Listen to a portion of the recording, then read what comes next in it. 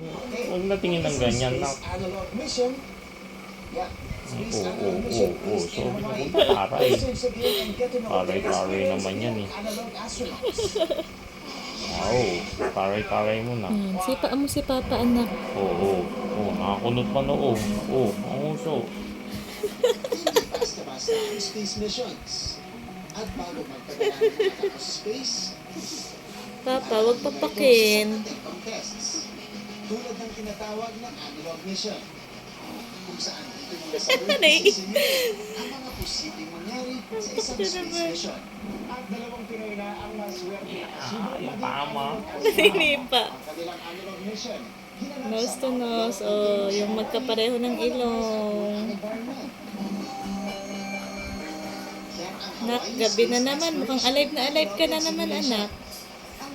Maghapon naman ikaw ulit natulog. 22-year-old nutritionist na si Christine Jane Atienza. Matagal ka nang may interest sa, outer space, stars. Malakas naman ipa. Yan pa. 1 month pa lang. Magulat sila ganito kakagat na lakot ng bata. Nagtapos si Christine ang course of community nutrition sa UPT naman. Habang sinasabay ang kanyang love for astronomy bilang miyembro ng UP Astronomical Society. Hindi pala siya magandang ginaganon kasi nagugulas. Ahad mo si Papa, anak. Papabilang sa crew members. And last November, Kayo naman magkamukha eh. naunahang Pinoy na naging analog astronaut.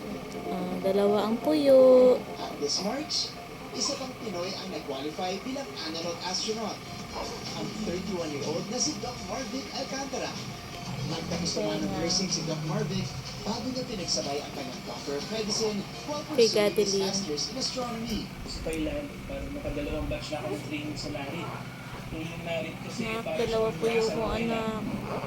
Parehong nutritionist at medical officer ang naging role ni Christine at Doc Marvic. I oversee the food preparation, the inventory of food, kung tama pa ba yung, kung enough pa ba yung resources namin. Ako, nagme-medical check-up din ako sa kanila. Natin ngayon, GPS and even our cameras and phones. Nak. From space Laway, technology, eh. definitely malaki ang naitulong ng mga analog missions. Sa lawak ng outer space, napakarami pa natin matututunan at madidiscover. Malaki ang ambag ng research Ayan na. sa space exploration. Kabilang na ang mga dutong Pilipino. Para sa GMA Integrated News, ako si Martin Javier. Changing the game!